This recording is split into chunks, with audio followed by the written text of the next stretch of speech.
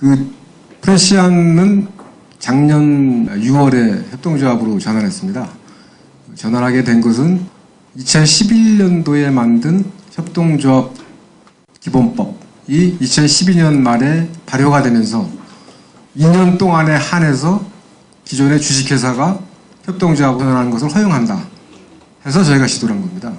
몇 군데 주식회사 업체에서 시도를 했는데 이게 협동조합 기본법에만 그게 돼 있고 뭐 세법이나 상법 여러 가지 부분에서 좀 미비한 데가 많아요. 그래서 지금 아직도 그 뒷처리가 안 돼가지고 사실은 저희가 일찍부터 저희 조합원님들 모시고 여러 가지 이런 자리를 만들었어야 했을 텐데 여러 가지 뭐 당면 현안이 많아가 좀 늦었습니다. 작년에 윤여준 장하고 이철희 평론가 그리고 뭐 김기엽 선생님이 하신 적은 있는데 제가 그걸 좀 처리하느라고 늦어가지고 이제 올해부터 이제 여러분들 모시고 말하자면 교육 그리고 이제 혹시 못 오시는 저희가 한 3,000명쯤 되는데 오시는 분들을 위해서는 동영상을 떠가지고 프레시안 그 홈페이지에 올릴 겁니다.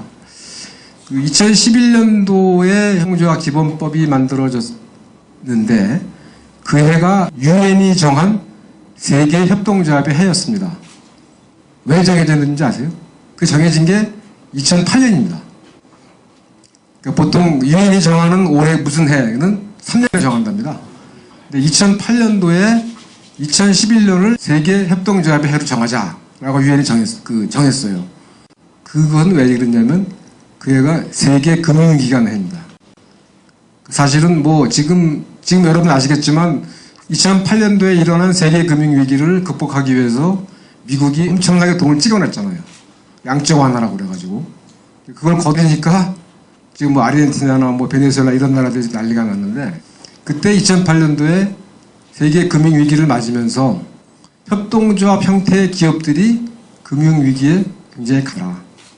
그러니까 협동조합 형태의 제조업들은 거의 정리해고가 없었고 또 유럽에는 협동조합 형태의 은행들이 많습니다. 그러니까 보통 주식회사 형태의 금융기관들은 투자 이런 걸 많이 해가지고 망한 반면에 협동조합은 위기가 강하더라. 그래서 이 협동조합이라는 게 이 말하자면 이 만인에 대한 만인의 투쟁 이런 그 자본주의 경제에서 굉장히 강력한 도구로구나 해서 그때 유엔이 처음으로 협동자산가를 정했고 그래서 2011년도에 협동조합 기본법이 만들어졌고 그리고 그 덕택으로 지금 언론에서 협동조합 행태 취하는 데가 거의 없습니다. 특히 이제 이 기자와 독자가 함께 같이 조합으로 해본 데가 없어요. 그래서 저희도 사실 처음 가보는 길에 저희 기자들하고 이 독자조합원들께서 한번 좀 언론 협동조합은 어떤 것인가, 그 이전에 우선 협동조합이 무엇인가, 언론 협동조합은 무엇을 해야 되나 이런 것에 대해서 고민을 좀 해야 될 것 같아요. 원래 제가 이제 매달 마지막 목요일 하기로 했었는데 지난 마지막 목요일은 구정연이었고 그래서 일주일 미뤘고요.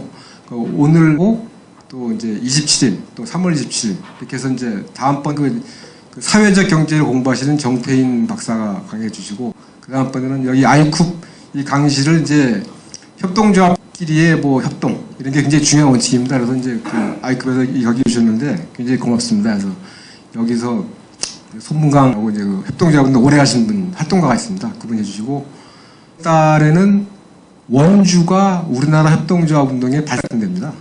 그 장일순 선생이나 지학순 주연님께서 60년부터 뭐 신협운동 이렇게 하셔가지고 한살림까지 만들고 굉장히 우리나라 뭐 협동조합운동의 메이커 같은 데인데 4월 달에는 이제 토요일 날 잡아서 한번 버스 한 대로 원주에 가서 실제로 원주를 어떻게 했는지 좀 얘기를 들어볼까 합니다. 5월 달에는 이제 프레시안 얘기로 돌아와서 이제 저하고 우리 협동조합의 이제 이대희 팀장이 이제 프레시안 협동조합의 현황이랄까 앞으로 어떻게 나올까 뭐 이렇게 해서 매달 하기도 하고 하반기도 계획을 대충 짜놨는데 좀 더 이제 뭐 여기 좀 여론도 좀 수렴해서 말씀을 드리면 좋을지 그래서 좀 그렇게 하도록 해볼까 합니다. 뭐 오늘 몇 분 뭐 안 오시더라도 이 동영상 하나 올리다 좋은 말씀도 많이 해주시고 계시도록 하겠습니다. 오늘 강의를 해주실 분은 이제 김성훈 농림부 장관이시고요. 2008년부터 저희 프레시안 고문을 맡아주셨고 가끔 이렇게 많은 글을 보내주십니다. 뭐 다 아시겠습니다만 그 유기농 하시고 또 활동가이시기도 하고 중앙대 교수를 하셨고 김대중부 때 농림부 장관을 하셨는데 아까 잠깐 들으니까 그 생협법을 만든 게 또 그 당시에 김 장관님이라고 합니다. 그 뒤에 이제 경실련 이사장 하셨고 상기승장 하셨고 지금도 유기농 운동으로 돌아다니고 있습니다. 그리고 그래서 오늘은 아마 협동조합이라는 게 외국에서 들어온 게 아니라 우리나라 고유의 전통이다. 어떤 그 협동조합의 정신이 무엇이냐, 뭐 그런 데 관해서 말씀을 해주실 거라 됐습니다. 여러분 좀 박수로 좀 맞아주십시오.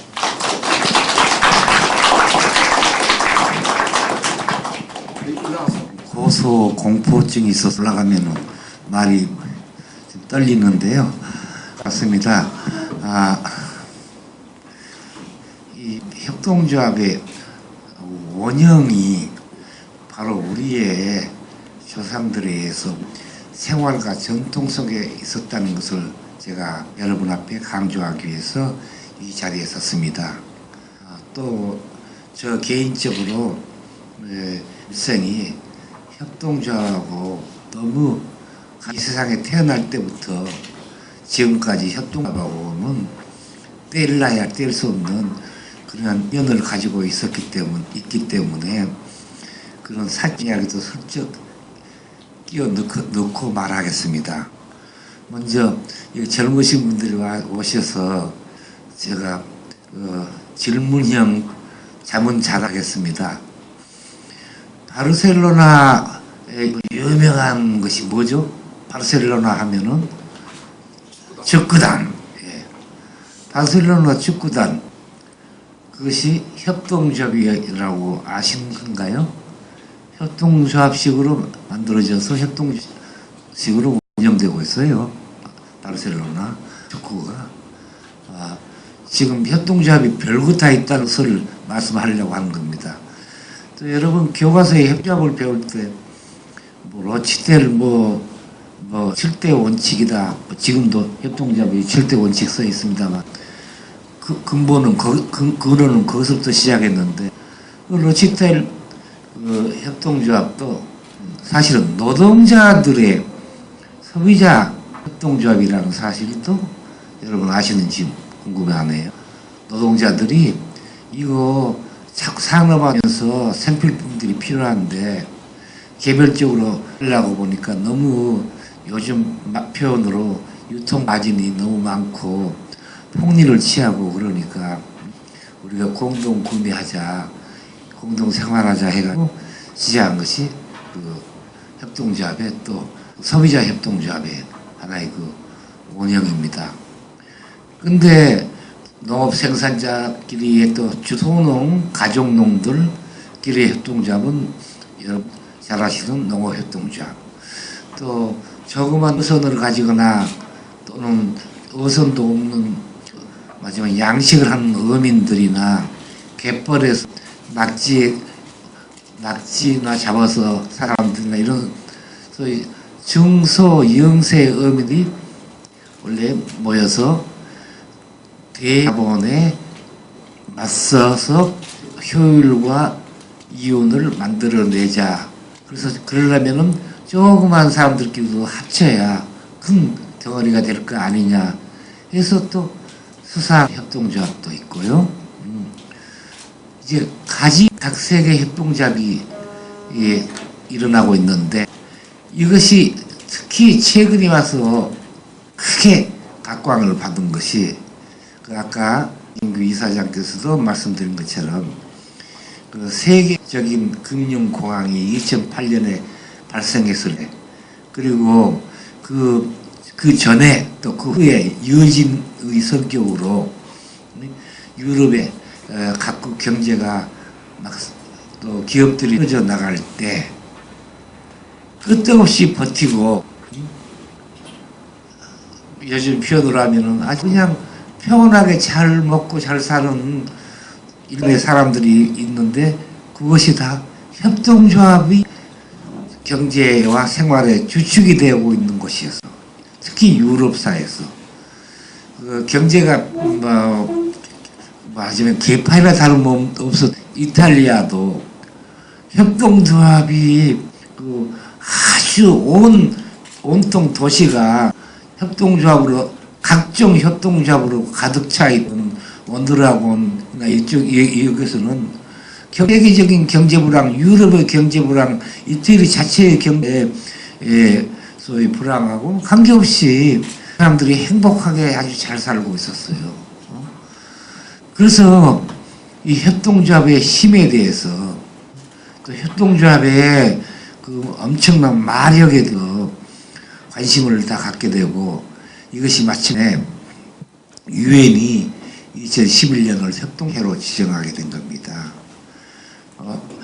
이거 곁다리 새 나간 이야기가 됩니다만 2013년은 우리나라에서는 주목도 받지 않고 적당히 넘어가고 있는데 소농, 가족농을 해로 해가지고 바로 가정, 부부가, 식구가 농사를 하면서 규모가 적게나마 농사 지면서 이 안전한 농산물들을 그리고 환경과 생태계를 지키는 농법, 친환경 농법을 하는 그 농민들을 기리는 그런 해였습니다. 그래서 가족농, 패밀리팜, 사실 말하면 소농을 포함한 거죠. 소농을 해였고요. 그래서 유엔 해마다 지정하는 이러한 그 해의 의미가 큽니다. 저는 정치가들을 아무도 존경하는 사람이 없다가 최근에 우리나라에 지금 벌써 올해만 해도 한 3천여 개 정도의 협동조합이 신생 협동조합이 생겼다는 그 기사를 보면서 그것을 가능해준 그 정치가가 있어. 예, 그 이름을 말하면 그러면 무슨 관계 없나요? 입법한 거 없으면 선거운동에 관계 없고 성학규 국회의원이거든요. 그래서 별로 저는 아까도 말했지만 손학규 의원만이 아니라 이체가들은 항상 점수를 감점하고 보기 때문에 별거 아니라고 생각했는데 이거 하나만 한 거 가지고 손학규 씨는 이 다음에 뭐 하면은 무조건 한 표는 맞춰놨다고 생각하더라고. 이렇게 생각하시라고 메시지 전달하고 싶을 만큼 협동조합 만들기가 그렇게 힘들었습니다. 그런데 그렇게 힘든 협동조합 만들기가 힘든 것은 제가 그 소위 말하는 생협, 이 아이컵을 바로 그 생협의 가장 큰 수혜자입니다만은 이 생협에 보면 공식 명칭은 소비자협동조합법이거든요.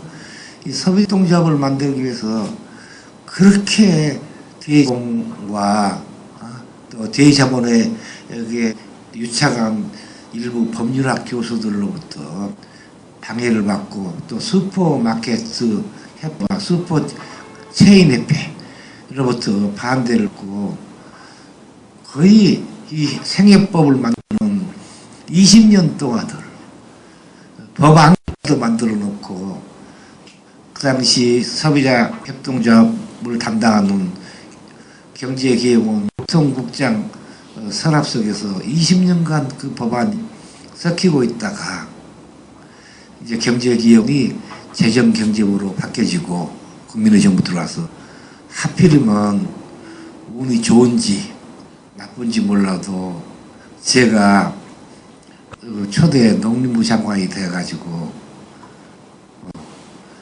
첫날 첫 국무회의 정확하게 말하면 1998년 3월 3일 날 오후에 임명장을 받고 3월 이틀 후인 3월 5일 날 국무회의가 열렸는데 당연히 안건이 뭐 준비할 틈이 없겠죠.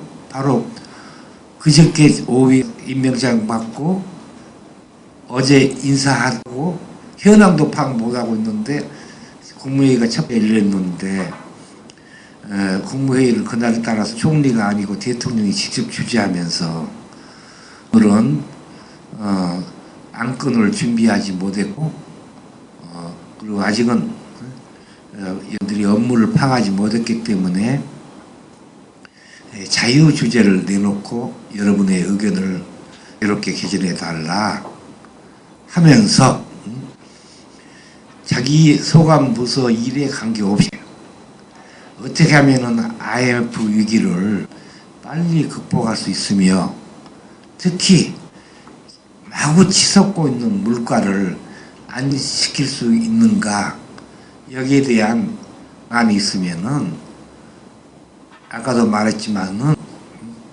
그 자기 소관 부서의 책임에 관계없이 이야기하고 그래서 이제 돌아가면서 이야기를 하는데 특별한 의견은 없습니다 하고 지나가시는 국무위원도 있고 그러고 제 차례가 왔어요. 그런데 제 가슴에 20년간 쌓였던 울분이 좌절된 그 비혼이 확 솟구쳐 올라왔어요.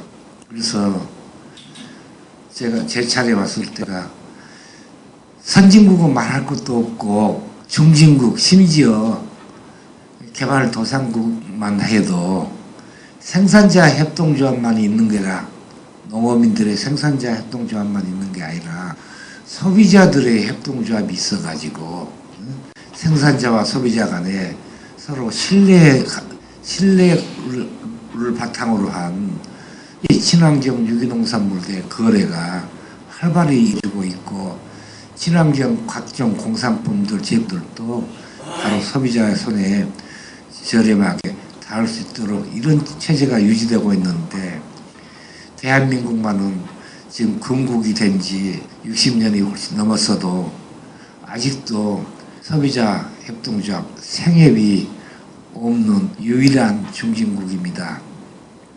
그렇게 이야기했어요.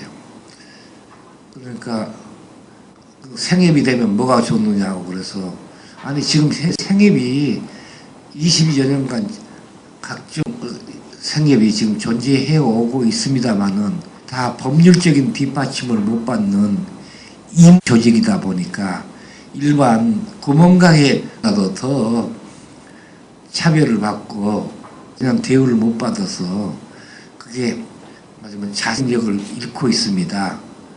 생협이 제대로 이 법적인 뒷받침을 받아서 활동하게 되는 전국의 소비자들이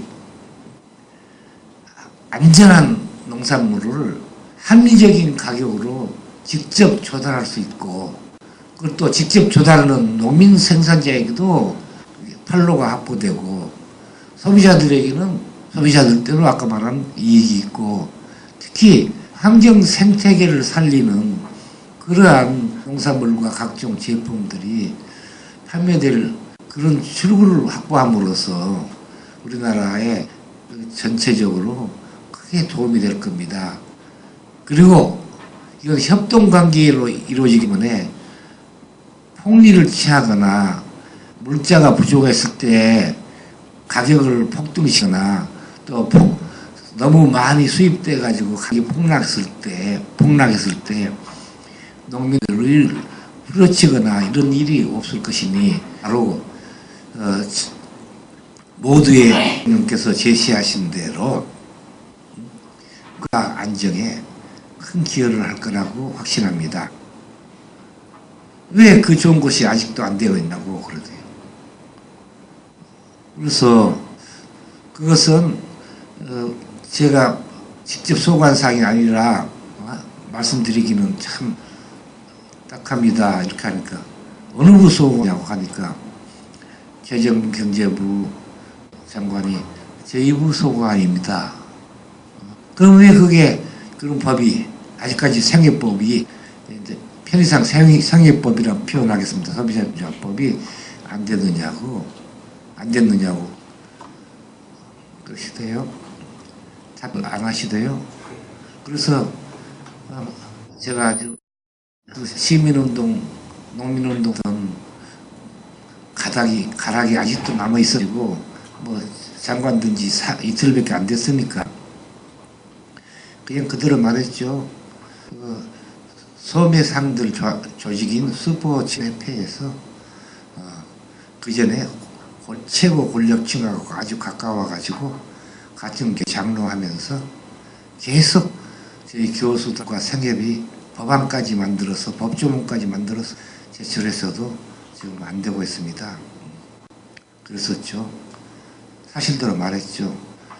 그런데 이쯤에서 제가 아까 내 마음속에 막 일어나고 있는 울란 이야기를 했는데 경실련하고 우리나라에서 바른 농업을 하겠다는 정농회라고 일전에 작년에 돌아가신 원경선 풀무원의 원경선 회장을 모신 바른농업회, 다시 말하면 정농회하고 공동으로 하지만 소비자를 대표하는 경실련과 농민을 대표하는 정농회가 공동으로 그 생활협동조합을 만들었어요.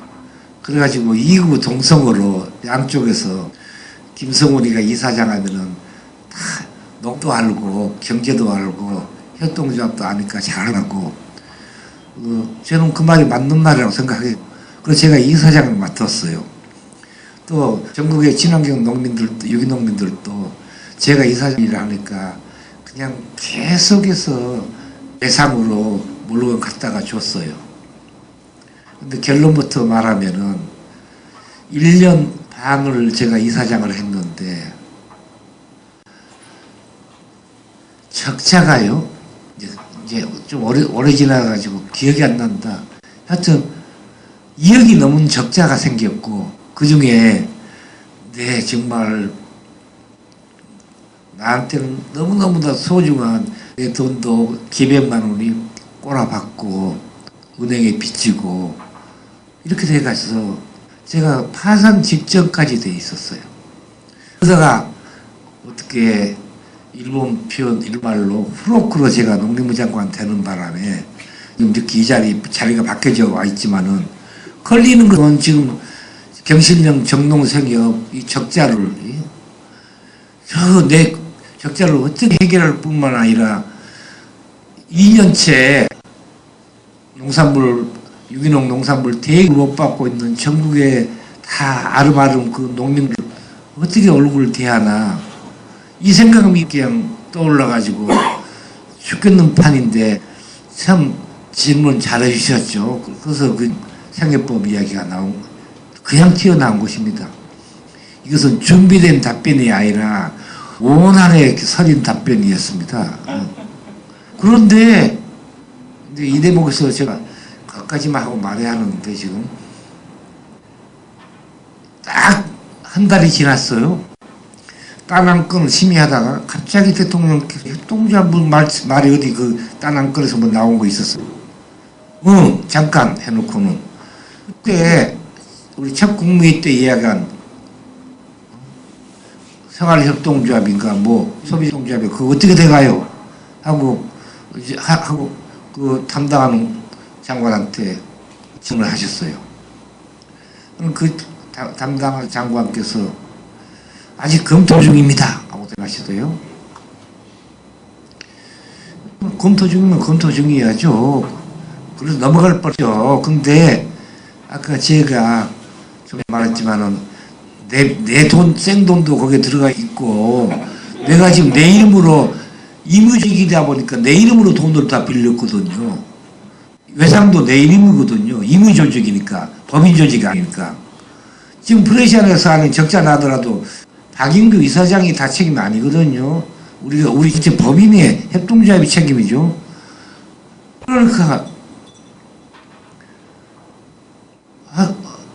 저는 이렇게 좀 아직도 이렇게 멍울이 져 있는데 그래 이 대통령께서 이렇게 한 달 지난 후에 이걸 던지기 전에 담당 유통국장이라는 사람이 나를 찾아와서 장관님 안 되는 걸 뻔히 알면서 유통자들이 반대하고 슈퍼체인이 반대하고 슈퍼마켓 수상협회가 반대해가지고 안 될 줄 뻔히 아시면서 왜 그것을 국무회의 때 제기해가지고 우리를 이렇게 못 살게 하십니까? 이렇게 항의합니다. 저한테. 이거 제가 그냥 그때 화가 나가지고 참 내가 이런 아주 나쁜 사람이었는 자네 지금 직급이 뭐야? 탁 그렇게 탁 났어요. 이제 그래가지고 예 이상환입니다 그래요. 그러면 이상한 위에 뭐가 있어? 차관이 있습니다. 그 외에는 뭐가 있어? 차관이 있습니다. 그 외에는 뭐가 있어? 장관이 있습니다. 그러면 자네가 4단계나 아래인 자네가 나한테 와서 따진 거냐? 같은 부서도 아닌데 따지는 거냐? 나가. 내가 소리 들었어. 이건 도저히 그렇게 하는 거 예의가 안 맞죠. 그렇지만 나가라고. 그리고 우리 부에 담당한 국장을 자네네 장관한테 보내가지고 하겠네. 딱 그랬어요. 그러면 그냥 얼굴이 하얘지대요. 그래서 쫓아냈어요. 그런 사건이 있었던 뒤끝에 대통령께서 그 지난번에 그 첫날 국무회의 때 말했던 세법 어떻게 됐느냐고 이렇게 물어보니까 아직 검토 중입니다 라고 답변했어요. 그때 여러분이 제 심정 됐으면 어떻게 답변했을 건가 그렇게 생각하시고 제가 다음에 말하는 것을 이해시켜 바랍니다. 20년째 이렇게 검토만 하고 있습니다. 제가 갑자기 발언도 없이 튀어나와가지고 말해버렸습니다.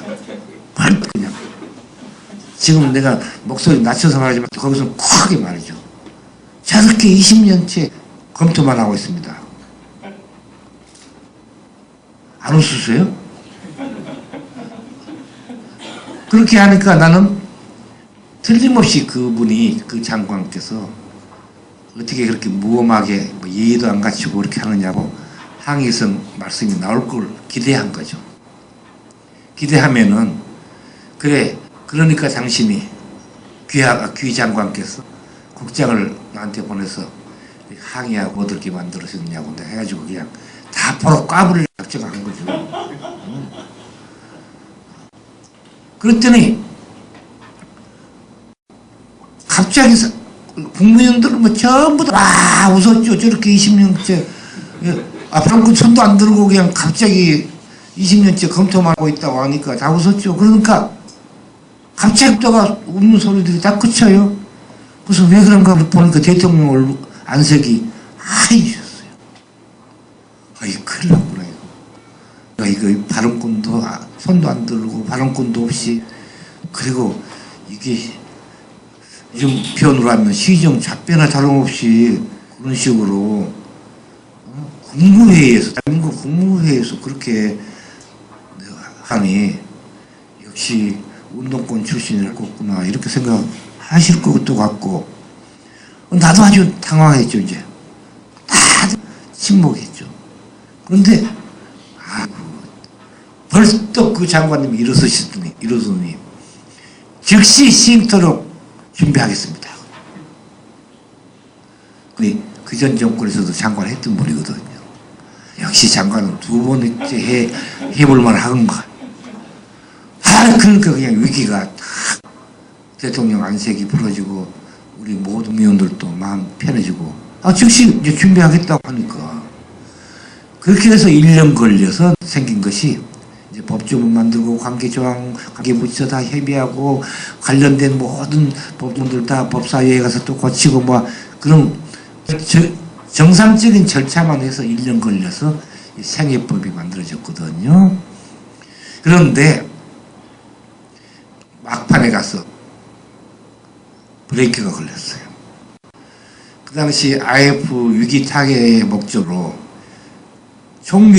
총리님하고 공동으로 모 기업체 이름만 말하면 금세 알 모 기업체 회장, 여자 회장, 국회의원이 있고 여자 회장을 공동위원장으로 하는 규제개혁위원회라는 것이 있었어요.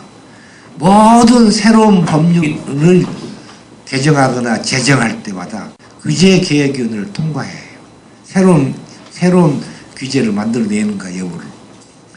근데 당연히 이것은 통과 의뢰 절차를 걸 알았던데 갑자기 거기에서 브레이크가 걸리는 거예요.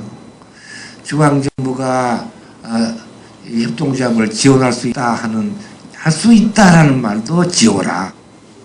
또 전국의 각 생활협동조합들이 중앙에 연합회를 만든다 하는 조항도 중앙회가 왜 필요하느냐 그거 다 지워라.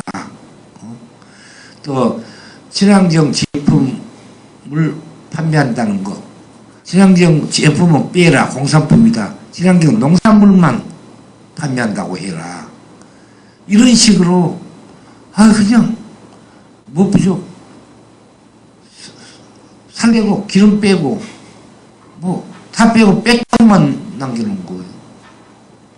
그럼 그런 농림부 담당 국장에 가서 우리 부 소관도 아니 가서 막 항의하면은 네, 그 이름도 절대 기억합니다. 숙명여대 법과대학의 이아무개 교수, 여자 교수.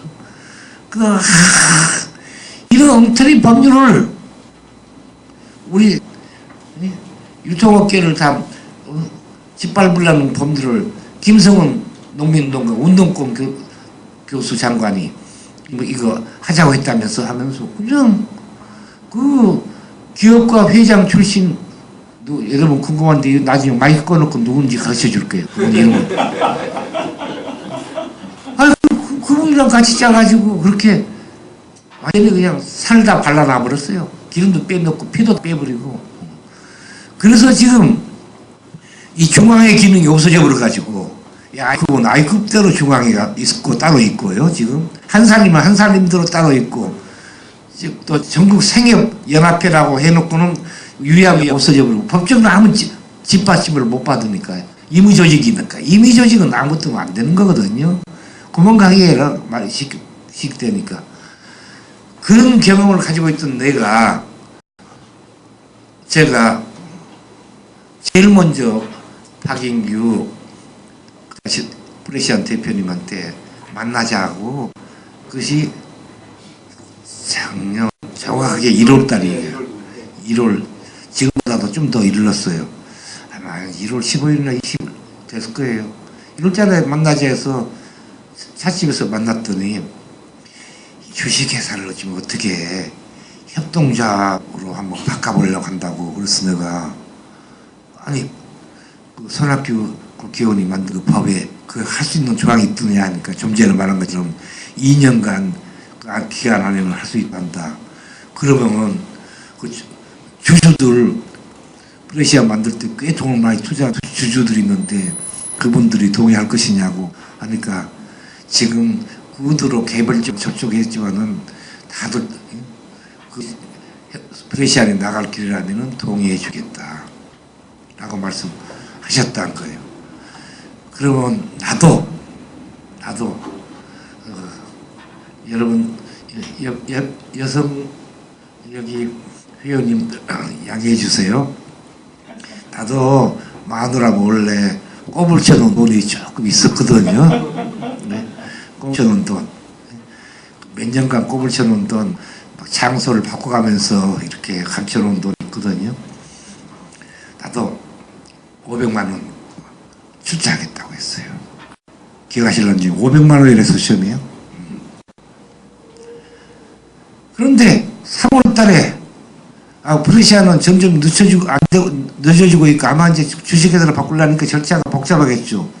하는데 갑자기 제가 한때 총장으로 4년간 총장했던 대학의 김정란 교수라고 원주의 상지대학교 김정란 교수라고 계시는데 아주 훌륭한 시인이고 소설가고 그런데 김정란 교수가 전화 와가지고 우리 국민TV 발기인들 대표들이 좀 만나자고 한다고 해서 똑같은 장소에서 또 만났어요. 3월 달에. 아니 2월 말이구나. 한 달 후에요. 그러니까 저더러 국민TV를 발족하는데 초대 이사장을 해달래요. 그래서 안 한다고 딱 거기 저쪽 네?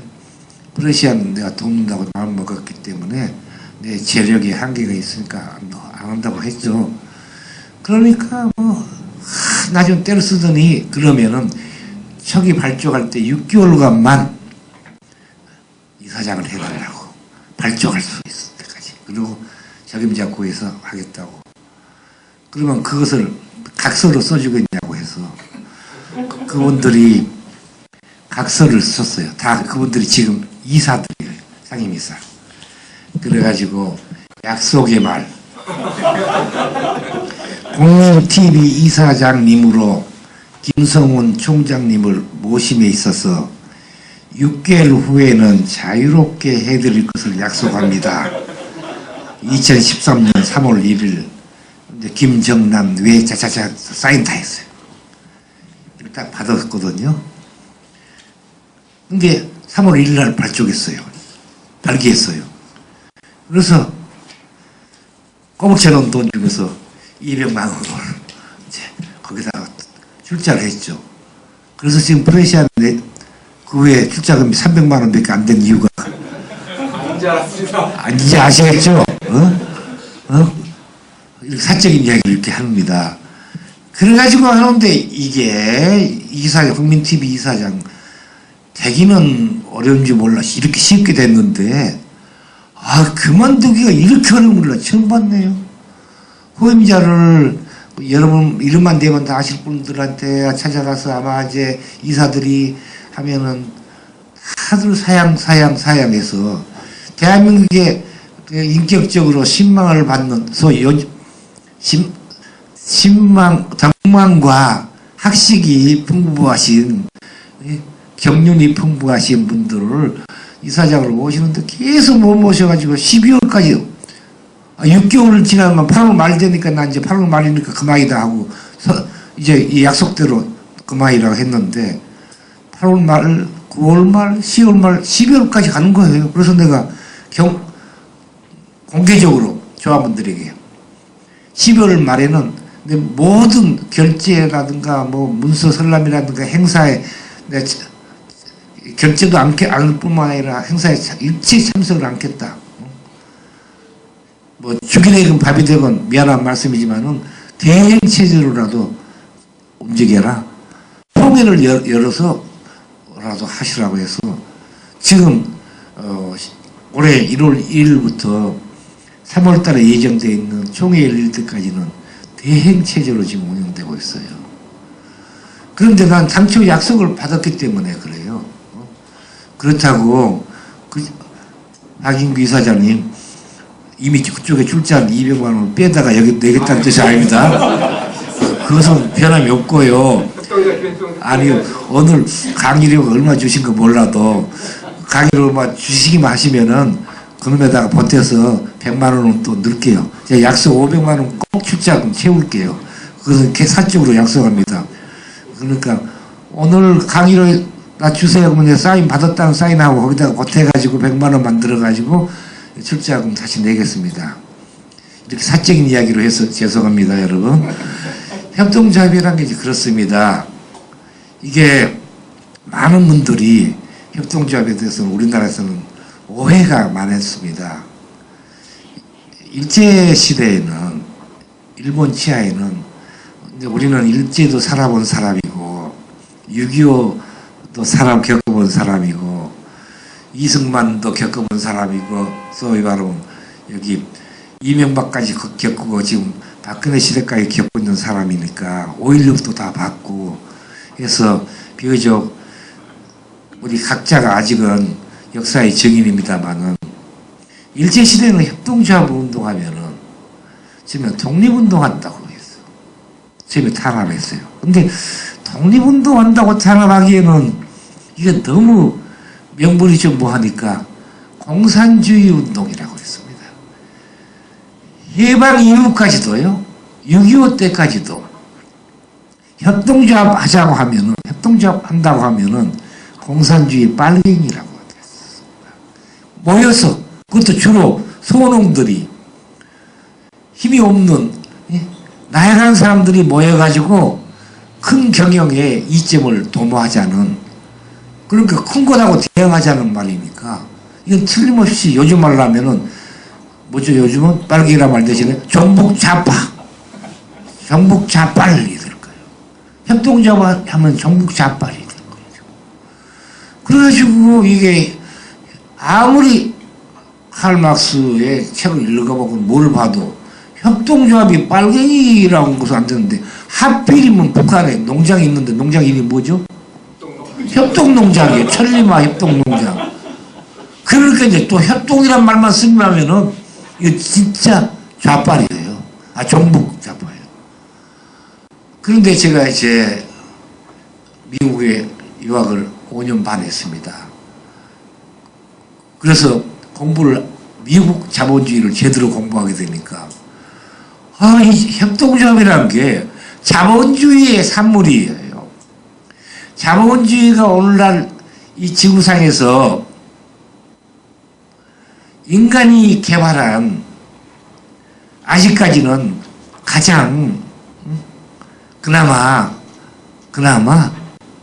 안전한 경제 체제로 전송할 수 있었던 비결이 협동조합을 허용하고 그리고 대재벌들을 비롯한 기업들의 독과점 행위를 금지하고 하는 독과점 금지법을 비롯해서 몇 가지 자본주의 자체의 병폐를 제어하거나 사전에 막는 장치를 계속 강구해 왔기 때문에 그나마 자본주의 체제가 지금까지 종속되고 공산주의 체제한테 넘어가지 않게 된 그 비결 중에 하나가 아까 뭐 독과점 금지법도 있고 뭐 여러 가지 있지만은 정부의 그 선의의 간섭 뭐 다 이렇게 있고 그러지만은 그 중에서 협동조합의 권장이 큰 그 동력이 된 거예요. 협동조합이 있음으로써 자 경제란 것은 경쟁이란 것은 효율성이 높은 놈이 이기게 돼 있는데 효율성이 높으려면은 규모가 커야 소위 효율성이 높아지는데 다시 말하면 단가가 싸지는데 단가 싼 놈한테는 단가 비싼 쪽이 망하게 돼 있는데 안 망하게 하려면은 조그만 기업들이 함께 모이면은 단가를 낮출 수 있고 효율성을 높일 수 있기 때문에 조그만 기업들, 조그만 노동자들, 농민들 모아서 협동조합에서 대경영의 이점으로 이 단가 낮추고 하는 그걸 효율성이라는 표현을 하죠. 효율 낮추는 것하고 경쟁에서도 지지 않게 된다 하는 것을 권장했기 때문이라 진짜 자본주의 나라일수록 뭐가 있어야 한다? 협동조합이 있어야 하는 거예요. 그것이 권장돼야 하는 거예요. 그리고 특히 이제 오늘날과 같이 금융 자본주의가 우리 경제를 하루아침에 그냥 삼켜버릴 수 있을 만큼 불안정한 세태하에서는 금융 자본들의 돈놀이 싸움에 화폐 전쟁에 처형할 수 있는 것이 뭐라고요? 증명된 인터넷에 보면 협동조합이에요. 그리고 여러분이 알 권리를 알고 싶은데 알 권리를 제대로 충족 못했을 때 또는 여러분의 의견을 반영할 권리를 제대로 지금 받지 못했을 때 어떻게 할까요? 이게 협동조합을 만들어서 거기서 알 권리를 쟁취하고 의견을 반영할 권리를 얻고 이런 것이 다 각종 형태의 협동조합 형태로 진화할 수 있는 그런 근거가 협동조합을 5사람 이상만 모이면은 각종 형태의 협동조합을 만들 수 있도록 이 만들었다는 것은 2012년 12월에 이게 발효됐다는 것은 사실은 엄청난 한국 자본주의 사회와 정치 경제 체제에 하나의 큰 변혁을 일으킨 거고 그것을 누가 발휘했다고요? 손학규. 손학규는 딴 것은 다 나쁜 사람일 줄은 몰라도 이거 하나만 가지고도 아주 두고두고 기림을 받아야 할 사람이 됩니다. 그래서 이제 다시 돌아가지만은 생각해 봅니다. 아, 자본주의가 제대로 되려면은 바로 협동조합이 제대로 했구나를 알게 됐고, 그리고 독과점을 규제하고 공정거래를 하도록 엔타이 트러스트법이라든가 이런 게 다 미국에서 시작했어요. 요즘 규제 계획을 풀어라, 규제 완화라는 소리를 지금 자꾸 하고 있는 것은 이건 신자유주의의 그 지금 현재 나팔수들이에요. 그렇다고 박근혜 대통령이 나팔수라는 뜻은 아닙니다만은 진짜 자유, 진짜 자본 논리로 한다면은 오히려 그와 같은 독점적 횡포라든가 아까 말한 그 승자 독식의 횡포를 막아줄 그런 장치, 그게 규제라는 거예요. 규제는 절대해요. 특히 요즘 여러분 살면서 제일 지금 불안한 것이 뭡니까? 첫 번째, 불안하신 것이 요즘 밖에 나가면 마음대로 돌아다니세요? 아니면 저처럼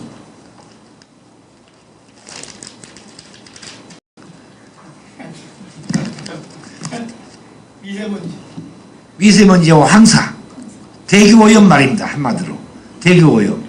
또 매일 먹는 것에 유전자를 조작한 것이 들어있나, 맹독성 농약을 친 것이 들어있는가, 근심 걱정 없으세요 여러분? 음식 먹거리 불안하죠.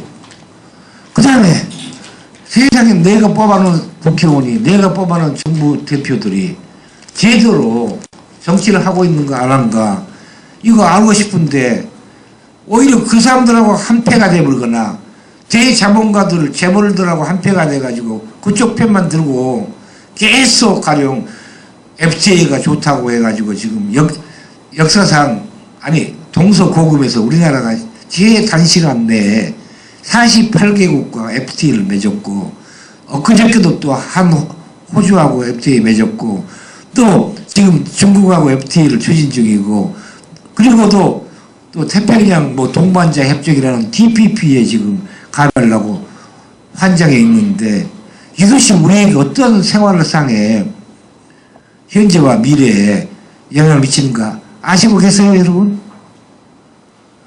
이런 것을 알고 싶은데 알려주는 사람이 없는데, 또 여러 국민들에게 그거 알려주고 싶어도 알릴 데가 없는데, 정태인 선생한테 꼭 좀 TPP, FTA 관계 이야기 좀 해주시라 하십시오. 제가 오늘 그것만 갖고도 이야기하려면 또 다른 1시간 보내야 할 것 같은가요?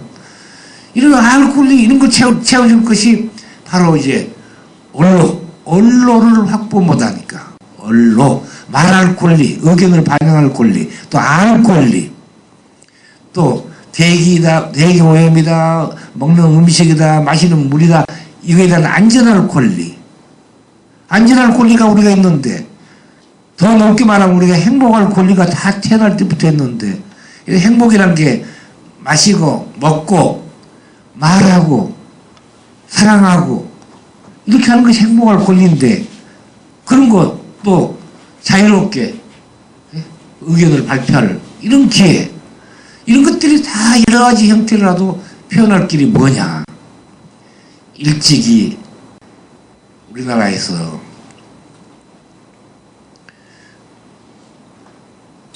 중종 때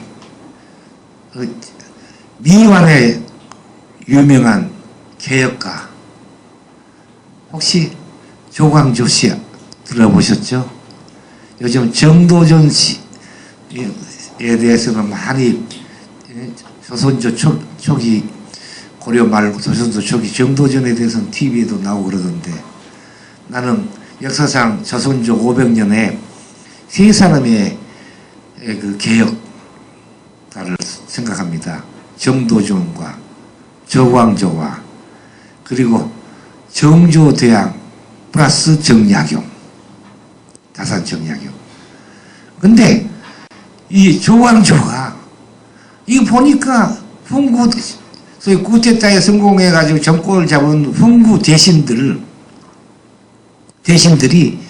지방의 토착 세력과 전부 다 연줄이 맺어져가지고, 지방에서는 지방대로 토 세력들이 가렴죽으로 백성들의 등을 쳐먹고 땅을 빼앗고 곡식을 빼앗고 공짜로 부역을 하고, 중앙에서는 이 훈구 대신들이 그 토착 세력들이 가져온 걸 다 쌓아놓고 곳간마다 집어넣을 창고가 없으니까 매년 창고를 몇 개씩 지어 나가고, 나라 경제의 곳간은 비어 있어가지고 군대를 기르려도 제대로 못하고 국가 힘은 점점 약해지고, 이거 때려치워야겠다고 해서 제안한 것이, 유심히 보니까 대동계라는 거였어요.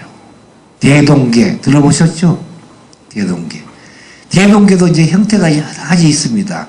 그냥 제가 편의점으로 그 조광조가 제안했던 대동계는 경제적 약자들이 우선 단결해가지고 큰 것하고 대항하자는 뜻도 있고, 다른 한편으로는 평민과 노비들도, 서민들이, 요즘 말로 표현하면 서민들, 노동자, 농민, 중소상공인 서민들이 단결해가지고 권력의 상징인 토착 세력과 토 세력과 또 중앙의 그 서구 훈구파 대신들하고도 한번 붙어자.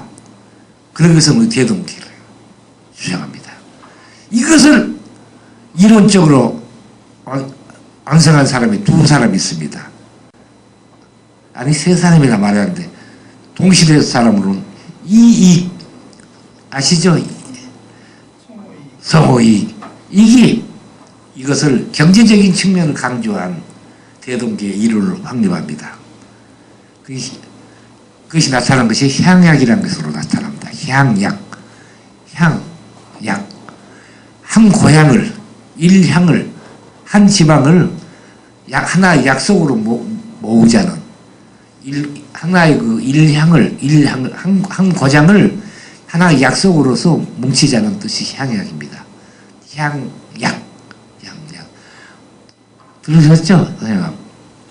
그리고 또 한편은 이택의 이황 쪽은 이 기회에 반상의 질서를 제대로 잡자는 정신적을 강조하고, 정신적인 것을 또 이택에는 벼슬살이를 해도 되게 이택에는 좀 권위주의적이었던가 봐요. 그러니까 이 소위 위상 정립을 제대로 해서 반상체계를 제대로 갖춰가지고 윗사람, 이렇게 높은 사람한테 감히 뭐하지 않도록 하는 이런 위상을 백성들의 반상체계를 강조하는 쪽으로 나가요. 이것을 집대성한 것이 그 한참 지난 후에 유형원의 반개수록에, 반개라는 나중에 호가 되지, 반개가 자기 지방에 거기에 수필집에 해당하는 반개수록에 이제 향약 이론이 나옵니다. 이 말을 요약하면은 대동계가 바로 우리의 협동조합 정신의 원형입니다. 거기서 이제 실제 구체화되어 나간 것이, 여러분, 아니 해방 이후 6.25 이후까지도 제가 살고 있던 동네에 계속되어 왔던 것이 두레라는 겁니다. 그리고 개라는 겁니다. 두레, 개 많이 들어보셨지 않습니까? 두레, 개. 품앗이라는 말도 들으셨을 거예요. 품앗이는 지금도 품앗이 시골에 가면 있죠. 이 두레의 형태나 개의 형태나 그리고 품앗이 형태가 바로 협동입니다. 특히 이제 공동으로 씨를 뿌리고, 공동으로 논을 갈고, 공동으로 모를 심고, 공동으로 뭡니까 김도 메고, 공동으로 벼도 메고, 벼도 베고, 공동으로 또 뭐죠? 타약도 하고, 공동으로 뭐 마을에 회관도 짓고, 예, 야, 그 기억나세요? 보셨던 거? 집집마다 초가집 3년에 한 번씩 이영이라 하죠. 그것을 이영을 갈아줘야 하는데, 그것을 혼자 올라가서 그 큰 이영을 갈아 끼울 수 없으니까 동네가 돌아가면서, 집집마다 돌아가면서, 저 어렸을 때 다 한 거 다 봤어요. 집집마다 돌아가면서 하는데, 그렇게 하려면 힘들고, 공동 일하니까 뭐 하죠? 놀이도, 농악대를 만들어가지고 한쪽에서는 깽가리 치고 막 노래하고 신나게 하면서 일하고 놀이패요. 그 동네에 공동으로 그 농악대가 있고, 또 사람 죽은데 갑자기 죽으면 어떻게 합니까? 어떻게 저 먼 산까지 시체를 옹구해 나갑니까? 그리고 가서는 또 어떻게 파고 막 합니까? 서러워서 아버지가 돌아가시고 어머니가 돌아가서 서러워 죽겠는데 그렇게 힘이 어디 있습니까? 그것을 동네가 공동으로 장례 행사를. 그래서 동네가 공동으로 생애라는 것을 생애집 만들어서 거기다 보관해 놓고, 누가 죽었으면 그 생애 가지고 나와서 거기다가 다 있고 이제 그 유명한 어이야 어이야 하고 구령하면서 거기까지 가서 다 장지에 가서 묻어주고 하는 것도 다 이게 둘의 형태죠. 이런 것들을 잘 기록해 놓은 것들이 규약이 아주 세밀하게 필요하니까 점점점 생활 모든 분야, 생활과 경제, 심지어는 뭐 위기의 문제라든가 또 뭐 바람 피우니까 바람 피운 사람은 어떻게 할 거고 남편 이름 여자는 과부는 어떻게 할 거고 이런 거에 대한 몇 가지 규정도 또 다 또 필요하거든요. 괜히 그 성광놈이 그 과부들만 따먹고 다니다가 술 먹고 뭐 저기 또 처녀까지도 범했으면 이럴 때는 어떻게 한다는 거 이런 것도 기록 다 하는 거. 왜 웃으세요? 이것은 자치제야. 자치제. 이게 대동계예요. 지금도 그 자치제 규범이 남아있는 곳이 있어요. 제일 오래된 것이요. 숙종대왕 때 이신데 전남 영암에 가면은 왕인박사 있는 왕인박사 사가 있죠. 거기는 동네가 구림리라고 그래요. 구림리. 구림리의 대동계 규약이 남아있고요. 또 공주 가면은 부전이라는 데 있어요. 부전에 그 대동계 규약이 남아있고 그래요. 근데 이쪽은 거의 아까 경기호 지방, 경기도와 호남 지방들은 이 영향을 많이 받아서 이 영향을 받아서 그게 생활과 경제 그리고 이제 아까 위계를 종래 위계 질서를 중요하는데 위계 질서에 제일 중요한 것이 나이예요. 나이가 많아요. 사람은 유서 해가지고 더 맡은 거예요. 그래서 시골에서 우리 어렸을 때 학교 다닐 때 나이가 생일이 하루라도 빠른 것이 얼마나 우리끼리 경쟁인지 몰라요. 그런데 그냥 한 달, 두 달 차이가 가지고도 막 그냥 동생이라고 서로 놀라고 하고 이게 옛날부터 장유유서, 질서체제가 그렇게 됐었어요. 그런 것이 지금도 남아있어요. 흔적이요. 이게 나라가 국정이 그렇게 못된 놈들에게 의해서 농단이 되고 당파 싸움으로 그렇게 나라가 영일이 없어도 조선조가 500년 동안 지탱해온 비결이 저는 단연코 말합니다. 협동조합이라는 형태의 이름하여 대동계, 둘의 계, 이 향약입니다. 자체적으로 다 유지했습니다. 이것은.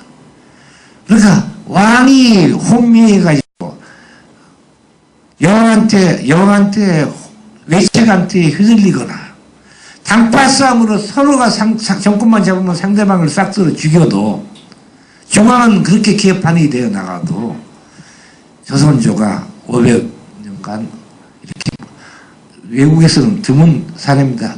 조선조, 고려조 다 500년간 지탱할 수 있었던 비결이 좀 전에 말한 상부상조의 정신의 기틀을 둔 상부상조. 이 말은 한 100분을 말해도 질리지 않는 쌀밥과 된장국 같은 이야기입니다. 상부상조의 정신의 기틀을 둔 그와 같은 대동계 둘의 이야기입니다. 이것이 우리 세계적으로 지금 각종 협동조합 이게 원형이 바로 우리 거에 있습니다. 중국에도 향약이 있어요. 중국에도. 근데 중국은 워낙 전쟁의 풍운이 심하다 보니까 우리처럼 그렇게 오롯이 남아와서 지켜지는 제대로 못해서 특히 우리나라의 이 둘의 이것은 아주 잊지 못할 사안이고 지금도 이 시골에 가면 품앗이는 여러분 오늘 여러분 집에서 무슨 일이 있어 가서 요리도 손님 온다 하면은 가서 요리도 해주고 뭐 설거지도 해주고 나중에 저기 방도 다 쓸고 못도 쓸고 해주고 왔으면은 이 다음에 내가 우리 집에 손님 올 때는 또 아무개 돼 오늘 우리 손님 치는데 좀 도와줘 하면 예 하고 와서 당연히 지난번에 했던 거 와서 노동으로 갚는 건 뭐죠 그것을? 품앗이라고 하죠. 근데 이 품앗이를 할 때 또 얼마만큼 관대했느냐면은 저 사람은 뭐 그릇만 만지면 잘못하면 끼어버리거나 음식에 간을 잘못 맞춰가지고 뭐 싱겁게 짝이 없거나 이렇게 하니까 노동의 질이 떨어져도 노동의 질이 떨어진다고 너는 이틀간 일어나거나 그러지 않았어요. 서로 그것을 인정해주고 서로 차이를 인정해주고 같이 상부상조. 동네 모를 다 돌아가서 농토가 큰 사람이건 적은 사람이건 노동력이 많은 집안이건 적은 집안 관계없이 다 동네 사람 돌아가서 뭐 다 심어주고 나서 나중에 가서 정산한 거예요. 당신은 면적이 이렇게 큰데 나와서 같이 돌아가면서 일한 사람은 한 명밖에 안 나왔으니까 얼마큼 이 대동계 이 둘에다 돈을 더 좀 내놓으라고 딱 그 결정하면 거기에 대해서 아무 군소리 없고 서로 상부상조. 이런 것이 언로에까지도 나가서 언로 드디어 나타난 것이 방송 쪽에서는 국민 TV이고 바로 인터넷 신문 쪽에서는 프레시안이 됐습니다. 특히 프레시안은 기업을 주식회사로 출발했던 이 주주들의 영단이 없었으면 이게 불가능하고 그분들에게는 정말 우리가 이름을 좀 앞으로 프레시안의 건물이 생기면 그게 동판으로 그 이름들을 꼭 좀 잘 새겨서 동상까지는 못해도 그래야 그 자식들에게도 계속 우리 아버지가 이 프레시안에 주였는데 이것을 협동조합이다 이렇게 출자를 했다 이렇게 지금 기록을 하는 이 기록 문화가 됐으면 좋겠어요. 그래서 이제 이야기를 다시 본론 돌아갑니다만은 제가 뭐 바르셀로나부터 이야기 시작해서 몬드라곤 뭐 로치델 뭐 별별 서양을 이야기했지만은 협동조합은 바로 신자유주의 자본주의 체제에서 적극적으로 정부가 권장하고 지원해야 할 건데 지원하지 않아도 좋으니까 방해만 안 했으면 좋겠어요. 방해만. 그런데 특히 이제 이 언론을 제대로 트자는 것 나왔을 때는 제일 싫어하는 것이 독재 정권의 그 속성이란 게 지금 현재 정권이 독재 정권이라는 뜻은 아닙니다. 제가 말한 것은 보편적인 의미의 독재 정권이라는 것이 바른 말하는 걸 싫어하거든요. 바른 말하는 사람들 미워하거든요. 여러분 들어보셨어요? 저는요 이거 귀가 너무 많이 생생히 들었는데 동네에서 똑똑한 사람이 나도 비교적 똑똑한 측에 들어가는데 무슨 동네는 누구 뭐 잘못한 거 있으면 아저씨 그러면 안 되잖아. 이거 이렇게 해야지 하고 항의하거나 특히 돈 많은 집에서 자기 집 문 앞에를 막 이상하게 보였으면 아저씨 이러면 안 되지 않느냐고 따지는 사람 뭐라 하지 아세요? 좀 말 많은 놈 저는 빨갱이라고 했어요. 우리 어릴 때 말 많은 놈 빨갱이라고 했어요. 요즘은 그런 걸 항의하거나 촛불 시위하면 뭐라는 거냐? 종북 좌파라는 거예요. 입만 열면 윤아무개라는 국회의원 전두환 발로 차고 또 롯데호텔에 붙어가지고 지금 누구한테 누님하고 다니는 사람 무슨 그때 하면 종북 좌파 검사하다가 춘천에서 우연하게 국회의원 된 사람 입만 열면 종북 좌파 또 있대. 그런 사람들이 그냥 그 사람들은 부모들이 틀림없이 옛날에 그 똑똑한 국회의원을 낼 만큼 똑똑하다 보니까 너 뭐 말 많으니까 빨갱이라고 많이 서름 받고 컸던 사람들일 거예요. 이제 역으로 그것을 가지고 자기가 쓰는 것입니다. 그래서 사실은 협동조합 중에 제일 하기 힘들고 가보지 않는 길이 바로 지금 이 언론 미디어 협동조합입니다. 사실은 박인규 이사장이 겁도 없이 이게 시작했습니다. 지금. 이것을 생각해 보세요. 생활협동조합을 하면은 밥이라도 나오죠. 유기농이라도 싸게 살 수 있죠. 물가가 폭등했을 때도 배추 한 포기에 한때 15,000원, 16,000원 올라갈 때가 있었죠. 이명박 정부 때 2011년이든가요. 그때 아이쿠 한 살림 생협에서는 한 포기에 1,500원에 팔았거든요. 생산 농민들이 우리가 값이 폭락했을 때도 1,500원에 소비자들이 사줬는데 이제 값이 10배로 올랐다고 우리가 10배 올릴 수 있느냐. 그냥 그대로 작년에 하던 대로 1,500원 달라고 해가지고 1,500원. 이렇게 하니까 나 같은 우리 집 사람 같은 게으른 사람들은 우리 집에 앞에 딱 15m 직선그로 15m 앞에 한살림이 있는데 딱 가면은 10시에 문을 열자마자 BMW 또 뭐 외국차 뭐죠? 비싼 거? 벤츠 또 뭐 렉사스들이 참 길가에 붙어 있다가 10시 문 열면은 막 들어가지고 김기사 이것도 하고 김기사 편에 전부 다 들고 막 싹쓸이에 가거든요. 그러면 우리 집사람은 뭐 집안일 하고 보고 나서 10시 문 열었으니까 11시쯤 가면은 택도 없이 다 나가버리죠. 다 팔려버리죠. 그래서 내가 그냥 지난번 생협 대표들한테 좀 그렇게 농산물가격이 오를 때 싸게 판 것은 고마운데 판매 수량 좀 제한해달라고 한 사람당 한 포기씩만 가져가게 해야 할 거 아니냐고 또 그러면은 부자 조합원이 막 항의하고 난리난대요. 그러니까 못한대요. 아무튼 그런 것은 먹을 거라도 생기죠. 이익이라도 있죠. 근데 정신적으로 이 프레시아는 정신적인 이익 내가 알고 싶었던 거 알게 되고 내 의견이 반영될 수 있는 게 알고 되는 거 외에는 뭐가 프레시아에서 여러분에게 뭐합니까? 강의할 때 공짜로 좀 보여준다고요? 아니면 특별한 글을 써가지고 조합원들만 보게 한다고요? 그것만 갖고는 부족하죠. 그래서 저는 마찬가지로 국민TV도 방송 뭐 거기 김용민 나오고 뭐 나온 것 갖고는 부족하죠. 그러니까 어떻게 돼 회원 조합원 수가 한도 급하게 늘어나다가 딱 멈추기 시작해서 방법이 없으니까 그러면 가장 인기 있는 그 유명한 사람 누구죠? 여기 전국구도 들어오게 해라. YTN 하다 가던 노정면도 와서 여기 상임이사 대우로 들어오게 하자. 또 낙곱사리도 들어오게 하자. 해가지고 계속 확대해 나가죠. 그분들도 그리고 조합원이 그쪽에는 2만 명이 넘어서 2만 2천인가 돼요. 지금 조합원이 현재. 3만 명은 돼야 어떻게 브레이크 이븐 포인트가 될 것 같은데. 그럼 이제 조합비를 10,000원씩 받아도 그것이 될 것 같은데. 그래서 제가 이제 속셈이 있었어요.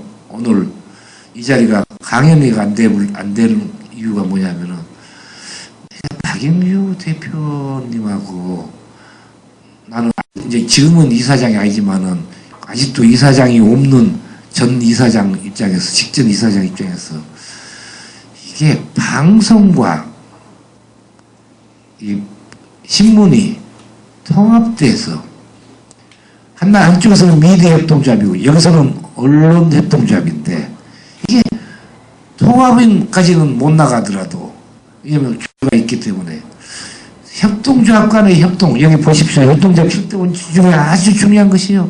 협동조합 간의 협동입니다.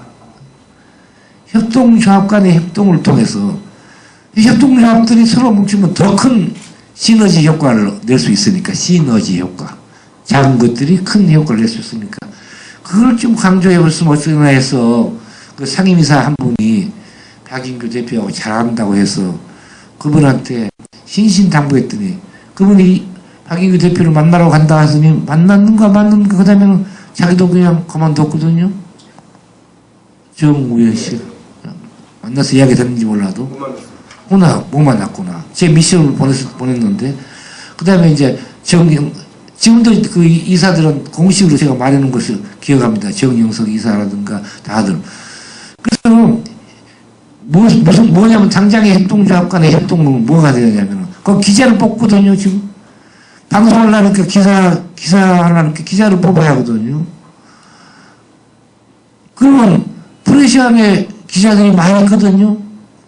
그럼 이 기사를 공급해주고 기사들 월급을 그쪽에서 거꾸로 내게 하고 또 기사 뭐죠 방송을 타고 기사를 글로도 쓰지만은 작작 뭐 먹으시면 어떻게 했습니까 이번에 뭐 재판이 어떻게 됐습니다 하고 딱 하고 나서는 프레시안에 김아무개입니다 하면은 프레시안 또 이름도 올라가고 이렇게 서로 시너지가 되겠습니까 안 되겠습니까 여러분 방송과 그리고 이제 내년 4월 말 잘못했습니다 4월 1일부터는 TV로 나갈 거거든요 더욱 시너지 효과가 커질 거거든요 그리고 사업부서도 만들어야 해요 협동조합은 자회사로서 아니면 그 산하기관에 사업을 할 수도 있어요. 정관이 어떻게 되는가는 잘 모르겠습니다만은. 그래서 이제 요즘 책 장사가 별로 잘 안 되지만 좋은 책 만들어서 출판해가지고도 뭐 할 수 있고 또 하여튼 간에 여러 가지 방법이 있는데 사업을 자꾸 아이템을 개발해 나가고 그래야 이 프레시안이 되는데 우선은 조합원을 많이 더 늘리는 방법으로 가령 좀 전에 봤던 국민TV하고 협력해가지고 서로 협동하면서 기사하면서 이렇게 하면서 프레시안에도 조합 가입해달라고 하면은 좀 여유 있는 사람들은 국민TV 조합원만 되는 거 국민TV는 5만원 내면 조합원이 되거든요. 여기는 얼마 되죠? 3만원 더 싸네. 3만원 더 얹어서 프레시안도 조합원이 되고 이런 식으로 해서 서로 시너지 효과를 얻고 협동조합 7대 원칙 중에 가장 중요한 협동조합 간의 협동 딴 사업도 마찬가지고 여하튼 이제는 우리가 옳은 것들 좋은 것이냐 나쁜 것이냐가 중요한 시대가 아니라 옳은 것이 살아야 좋은 것입니다. 옳은 것이 힘을 못 쓰고 옳은 것이 죽으면은 그건 좋은 세상이 아닙니다. 여러분 협동조합 조합원이 되신 거 정말 이게 두고두고 인생을 두고두고 잘한 일이라고 서로 생각하실 것이고 자부심을 가지시고 자손 마음대로 이것을 아버지의 큰 말하자면 큰 뭐랄까 결단이었음을 이렇게 자랑스럽게 이야기할 수 있는 그런 옳은 신문, 옳은 사람이 되어 나갔으면 좋겠습니다.